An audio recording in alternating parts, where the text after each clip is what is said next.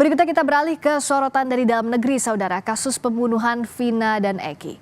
Ibtu Rudiana, ayah Eki, jadi sosok yang paling dicari kemunculannya, khususnya saat Peggy Setiawan bebas dari jeratan status tersangka.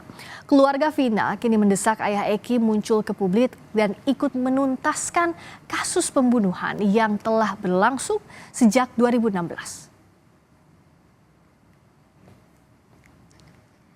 Keluarga Vina mendesak Ibtu Rudiana muncul ke publik untuk mengungkap secara jujur kasus pembunuhan Vina dan Eki. Kakak Vina mendesak Rudiana muncul karena sudah ada kasus salah tangkap dalam pembunuhan Vina.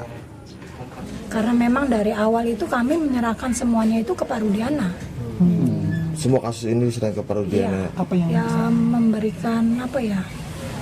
memberikan penjelasan lah bahwa ini kan isunya salah tangkap semua nih gitu kan. Ya harusnya sedikitnya dia muncul. Mantan Kabar Eskrim Polri Susno Duaji menilai peran Ibtu Rudiana penting dalam pengungkapan kasus pembunuhan Vina dan Eki. Susno menyebut Rudiana harus diperiksa kesaksiannya. Saksi Rudiana harus betul-betul diperiksa, tapi jangan dengan kekerasan. Dari mana dia tahu nama-nama itu? Karena saya udah baca berita acara Rudiana. Rudiana menyebutkan nama-nama itu 1, 2, 3, 4, sampai 11. Termasuk 3 DPO. Oh, dari AEP. AEP-nya dari mana? Makanya AEP harus dicari.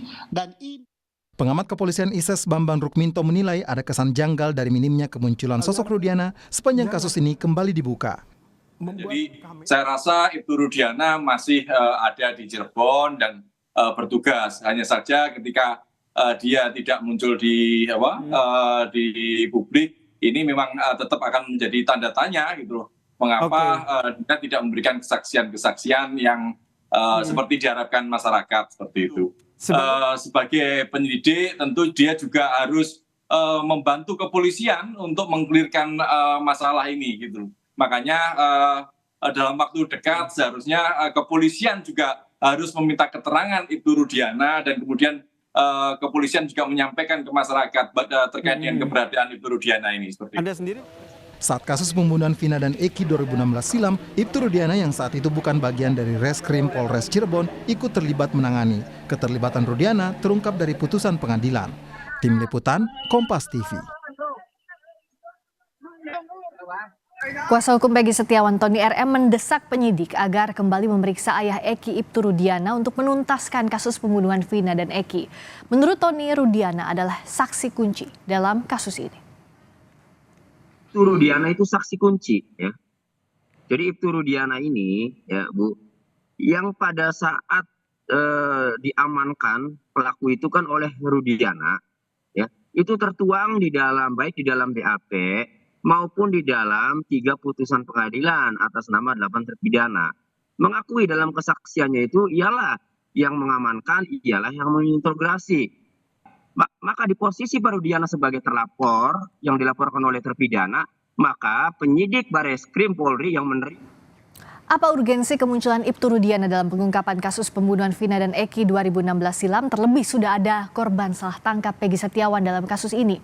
Kami bahas bersama Komjen Purnawirawan Ugro Seno, Wakapolri periode 2013-2014. Selamat malam Pak Ugro, apa kabar? Mohon bantuan di-unmute Bapak, karena suaranya belum keluar. Oh, sebentar ya. Ya, sudah terdengar. Ya, Pak Ugro, kalau dari pihak Polda Jawa Barat maupun Mabes Polri menyebut bahwa Ibtu Rudiana ini sudah diperiksa Propam tapi hasilnya tidak dipublikasikan. Sebelumnya Propam dan Itwasu juga sudah memeriksa dan katanya tidak ada pelanggaran etik di sana. Apakah artinya dalam kasus ini setelah Peggy Setiawan dicabut status tersangkanya, mau tidak mau Rudiana harus dihadirkan kembali sebagai saksi? Ya, konsentrasi untuk mendapatkan beberapa informasi penting dalam peristiwa tanggal 27 Agustus tentang kasus Vina dan Eki ini. Sebetulnya jangan fokus kepada Ibtu Rudiana saja. Anak buahnya yang ikut menangkap bersama-sama di mana sekarang?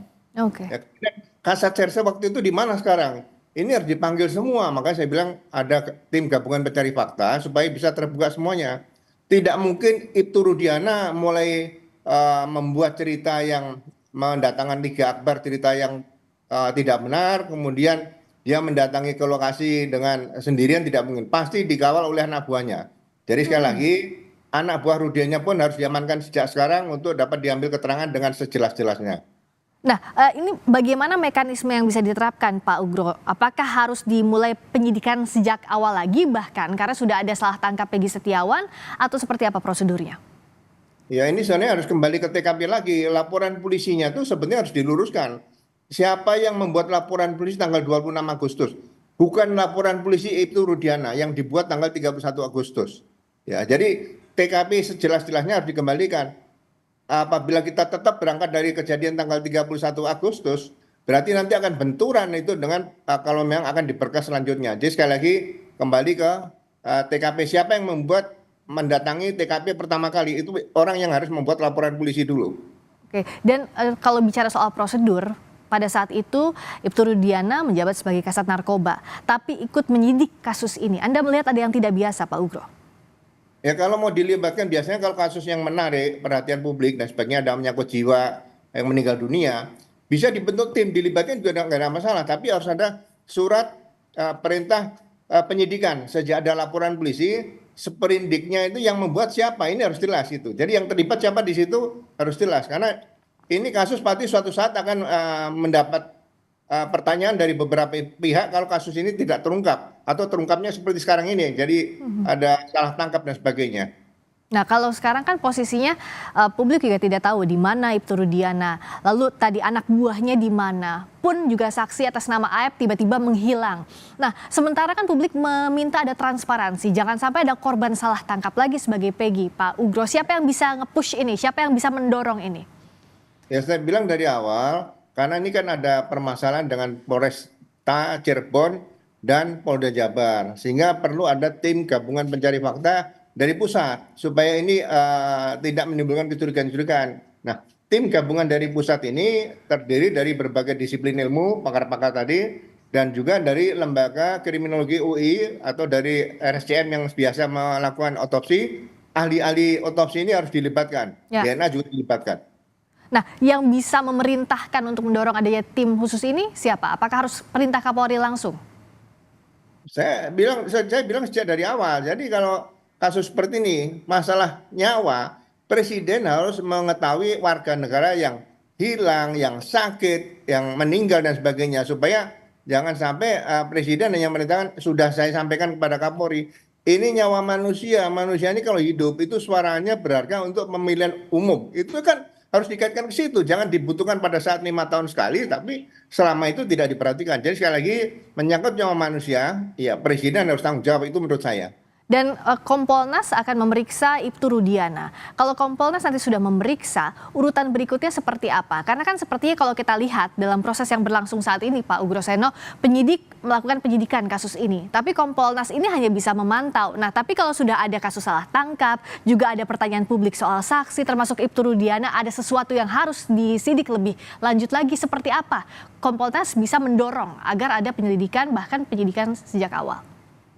Jadi kalau dibentuk pos komando pengendalian masalah kasus terbunuhnya atau pembunuhan Eki dan Vina di Cirebon, dibentuk pos komandonya di Cirebon.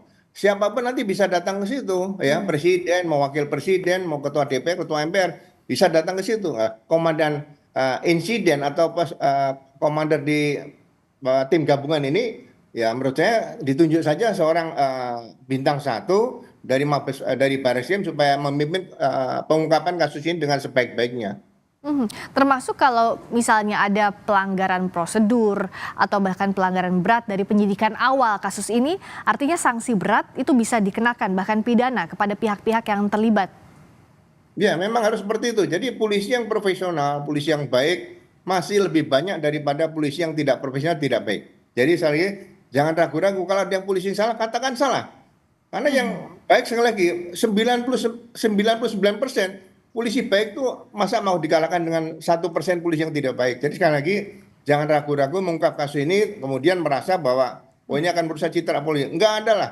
Citra Polri tidak akan rusak dengan bisa mengungkap kasus pembunuhan Eki dan Vina ini dengan sebaik-baiknya. Walaupun ada salah prosedur yang selama ini itu sudah divonis oleh pra peradilan, ya nanti akan berlanjut ke peninjauan kembali. Tapi sekali lagi kasus ini terbuka secara tuntas dan tim baru yang menangani masalah ini itu saja.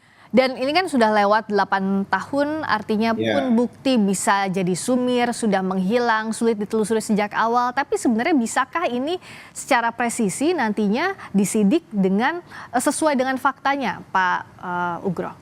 Ya, tidak bulat faktanya, tapi yang mendekati fakta ini kan itu mendekati cerita yang sebenarnya. Jadi ceritanya sudah terungkap misalnya atau sudah solid. Nah, pelaku kalau misalnya mau dicari, tinggal carikan kira-kira alat bukti apa yang bisa berkaitan dengan pelaku. Jadi ahli-ahli yang berkaitan dengan alat bukti ini kan misalnya sudah jelas keterangan saksi, keterangan ahli, ditambah dengan surat petunjuk dan keterangan terdakwa. Jadi keterangan saksi mungkin bisa saksi yang baru lagi juga masih ada.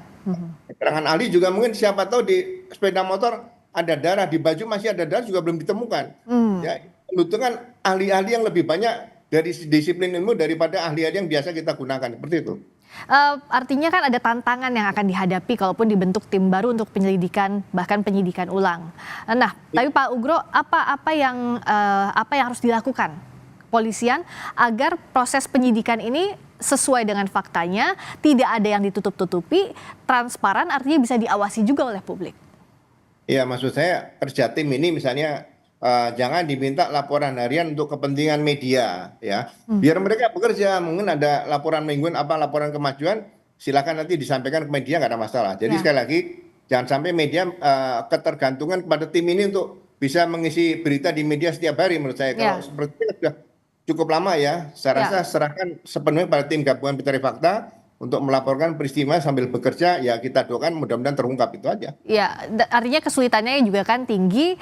Kalaupun ini dibentuk timnya, publik bisa menyerahkan itu ya Pak Ugro, dan yang mengawasi adalah Kompolnas berarti posisinya. Kompolnas ada, di situ ada Irwasum, kemudian mungkin dari Presiden juga ada KSP Pak Muldoko misalnya bisa turun dan sebagainya. Gak ada masalah, tapi di posko di situ bisa dijelaskan oleh komandan timnya yang sudah terpilih tadi. Ya, karena tantangan semakin berat, tim khusus ini juga diharapkan segera dibentuk untuk mengungkap terangnya kasus pembunuhan Vina dan Eki yang sudah 8 tahun berlalu. Terima kasih Pak Ugro, Komjen Purnawirawan Ugro Seno, Wakapolri periode 2013-2014. Selamat malam. Malam.